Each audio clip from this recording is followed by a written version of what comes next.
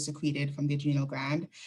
So we've got this inner medulla, this outer cortex. The outer cortex, I always point out that it's a lighter staining region histologically. That's what helps us to distinguish it from the medulla. It's actually epithelial tissue, the way that our other glands are epithelial. And this can be contrasted to the medulla, which is really neural tissue. So in the same way that we distinguish the anterior pituitary and the posterior pituitary, anterior being epithelial, posterior being neural, we have that same distinction here as well. The hormones secreted from the cortex of the medulla are mineralocorticoids, example aldosterone. This is important in the balancing of sodium, so sodium reabsorption and potassium secretion, and we'll talk about those things when we get to the kidneys.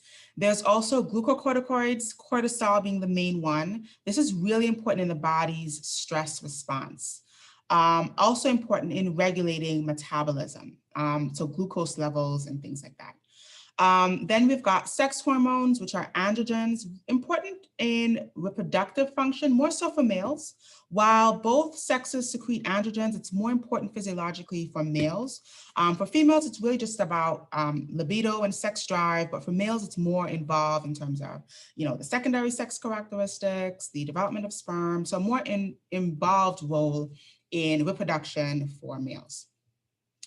And then these are so these were the outer structures and the outer hormones. And then we've talked about the medulla. We talked about the medulla, the chromaffin cells that are found here. They produce epinephrine, norepinephrine, and dopamine to a lesser extent. And these are under neural control. This is neural tissue. And I spoke about the example of taking these cells, growing them in an appropriate culture and or appropriate medium, and watching them actually grow axons. So these are neural tissue, neural cells. They are synapsed with our preganglionic efferent neurons in the autonomic system, and they also going to secrete these hormones that we mentioned here. Let's look at the action of glucocorticoids. So cortisol is really the body's stress hormone. It's released as a part of the CRH-ACTH axis. It's going to help mobilize energy stores, so increase glucose levels, as well as suppress the immune response. This is why we give corticosteroids, or steroids, you may hear them loosely called, to patients who have had surgery, to patients who have had, inflammatory responses, allergic reactions. We give them this glucocorticoid or this cortisol to help suppress or dampen the immune response. Also given to autoimmune diseases to help, again, tamper down that autoimmune response. Some of the actual functions here, so any type of response, it can be physiologic, it can be more of a physical stress response. So that's going to be increasing cortisol secretion, increasing our sympathetic activity. That's another reason why if you're sick, you have this fight or flight response as a part of that reaction. There's increase in epinephrine secretion, which kind of ties hand in hand with that sympathetic activity. There's an increase in ADH from the posterior pituitary, which is going to prevent water loss or diuresis from the kidneys. Again, we'll touch more on that in the kidneys. Increase in angiotensin II production. Angiotensin II has a similar function as ADH, as well as the overall fight or flight mechanism, fight or flight response, which is mobilizing energy stores, shunting blood to skeletal muscles, dilating the pupils, increasing blood pressure as a part of that stress response. And again, here we're speaking about not just physical stress on the body, so exercise is a form of physical stress, but physiologic stress too. So cancer, illnesses, infection, those are forms of physiologic response. Or physiologic stress, sorry. Okay, objective 6 here, we're going to describe the hormonal control of metabolism during the absorptive and post-absorptive states.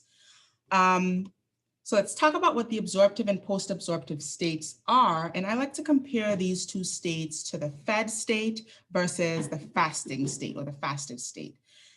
So the absorptive or fed state is when we have energy being stored. And a really great way to think about this is if we think back to prehistoric times, pre-modern civilization times, when there were hunter-gatherers that had to spend lots of energy and time finding a meal, preparing that meal, and then eating. And then there were extended periods of time where food was not available. They had to, again, go out and hunt and gather before they had their next meal. And so we can think about those two states as the fasting state when there was no food available, and we had to tap into energy stores, mobilize those stores to provide energy, versus the fed state, which is right after a really large meal. So after you've had an adequate substantial meal and you are now in the well-fed or absorptive state. So the absorptive state, we've got energy input exceeding output. Nutrients are being absorbed in this state. You can think about this as being the anabolic state where we're building up, proteins from amino acids. We're taking glucose. It's being used in the cells that need it immediately. Otherwise, it's being stored up in other cells, such as liver cells, muscle cells, where we can store glucose away as glycogen. And then we can also store away our triglycerides and fatty acids as fat in adipose tissue. So here the body's taking in all it can get. We just had a large meal. We're storing up energy for later when we know we will not have we will not have access to more food sources immediately. So let's look at this flow chart, which goes through the events associated with the absorptive state. So we've got nutrients that are being stored. So glucose is being used where it's needed. So in most of our body cells, we don't have the ability to store glucose as glycogen. We can only use what we need immediately via glycolysis, break that down to make energy. In liver and muscle cells, however, we can take that glucose up and make it a polysaccharide, which is that storage form of glucose called glycogen for later. As far as fatty acids, we can store those away. We can make triglycerides. We can take glycerol, again, and make triglycerides out of those as a way to store that up for later in fat cells or in liver cells. Amino acids can be, again, made into proteins, but they can also be converted into fatty acids in the liver. So basically, we're taking all of our food nutrients, breaking down into their smaller components, their macromolecules, taking those nutritive substances and using them if we need them immediately, but then more importantly, storing them up for later use. Now, I want to say for later use with an asterisk around proteins. Proteins are not usually stored as a reserve, as an energy reserve. And so they're not easily broken down either. Proteins are the last source for energy liberation. They're the last thing to be broken down.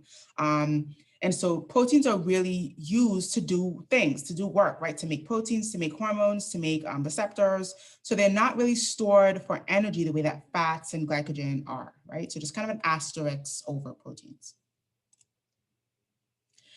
All right, let's talk about the post-absorptive or the fasted or fasting state.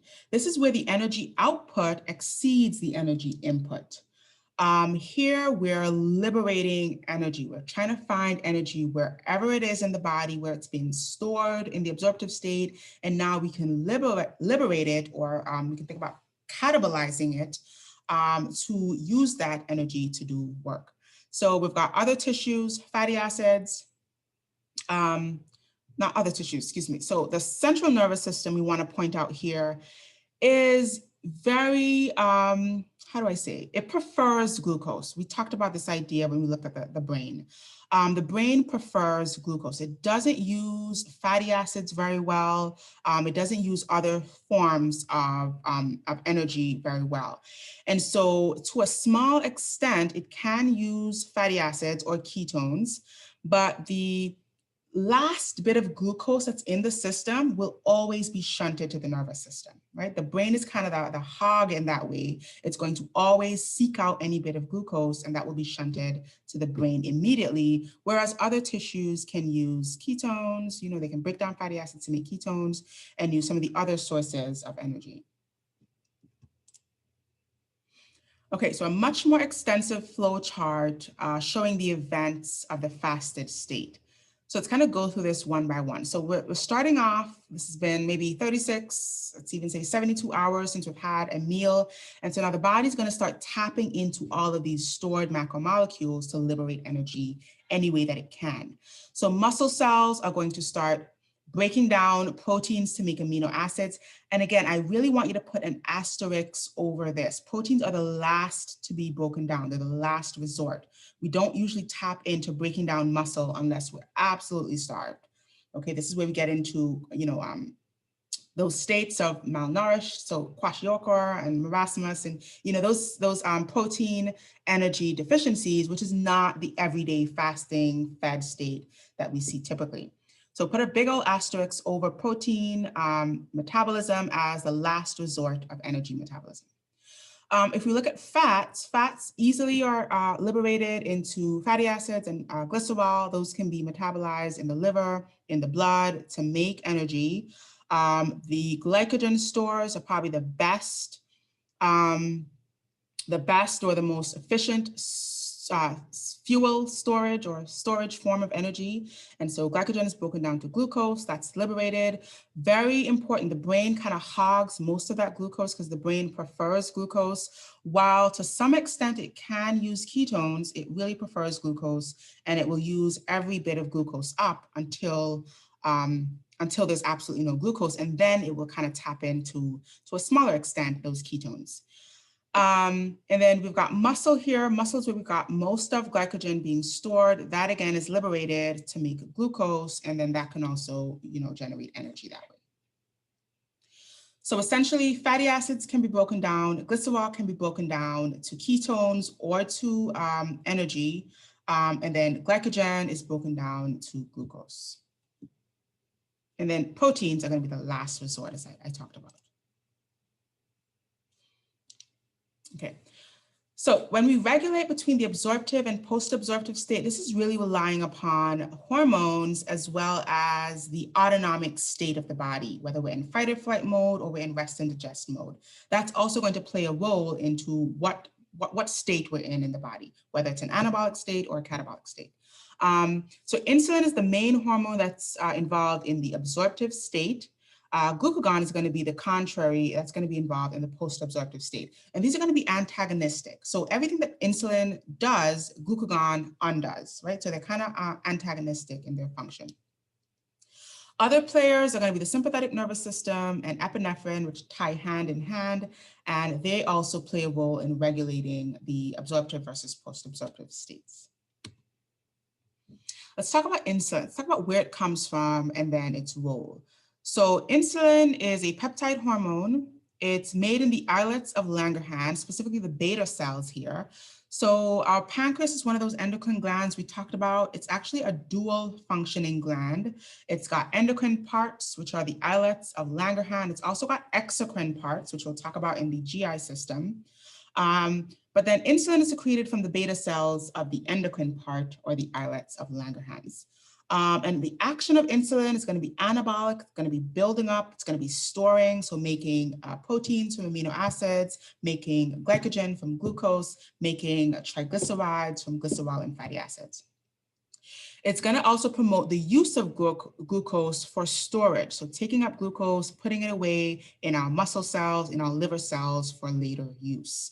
It's going to have an overall decrease in the catabolic effect of our cells. And I just want to point out these beta cells here. So interestingly, histologically, we really can't differentiate the other two cells of the cells of the islets of Langerhans from each other. But what we do know is that the beta cells are usually clustered internally, and then we can usually see the alpha and delta cells on the periphery. And then out here in the yellow is where we can see the exocrine parts of the pancreas that are involved in, enzyme production that help to digest proteins and so on from our diet. And we'll talk about that in the GI system. Okay, continuing on here with the role of insulin, it's going to increase glucose in the plasma. So again, liberating or, that whole anabolic effect, increasing amino acids. It's involved in the parasympathetic system, so the rest and digest, the absorptive state overall, as well as secreting glucose-dependent insulinotropic peptide, which is really about helping the body to break down glucose. So it's another protein that's secreted that kind of signals there's protein in the stomach, you need to release insulin so that I can break this, break these molecules down to liberate that energy.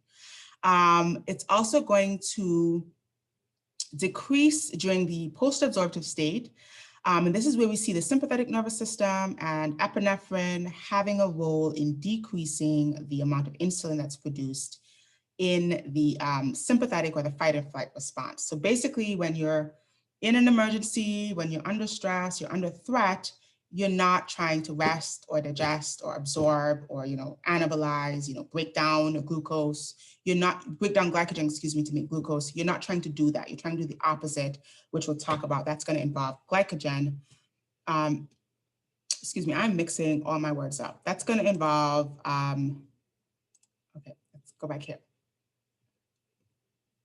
So that's going to involve glucagon, which is more involved in the post-absorptive state. Okay, beta cells, insulin, let's look at some of the things that insulin does in the different cells. In most of our tissues, we talked about this, there's not an ability to store. So we basically just take up what we need and use the glucose we need immediately. We can uptake amino acids to make proteins, we can make receptors, hormones, etc. And we decrease the amount of proteolysis. So the amount of protein breakdown is decreased under the influence of insulin. In our fat tissues and fat cells, we increase fatty acid and triglyceride synthesis. So again, storing that up for later. And we decrease the amount of lipolysis, which is the breakdown of fatty acids, the breakdown of triglycerides into fatty acids and glycerol. As far as liver and muscle cells, these exclusively can store away that glucose to make glycogen for later. And then we see a decrease in the amount of glycogenolysis, which is the breaking down of that glycogen.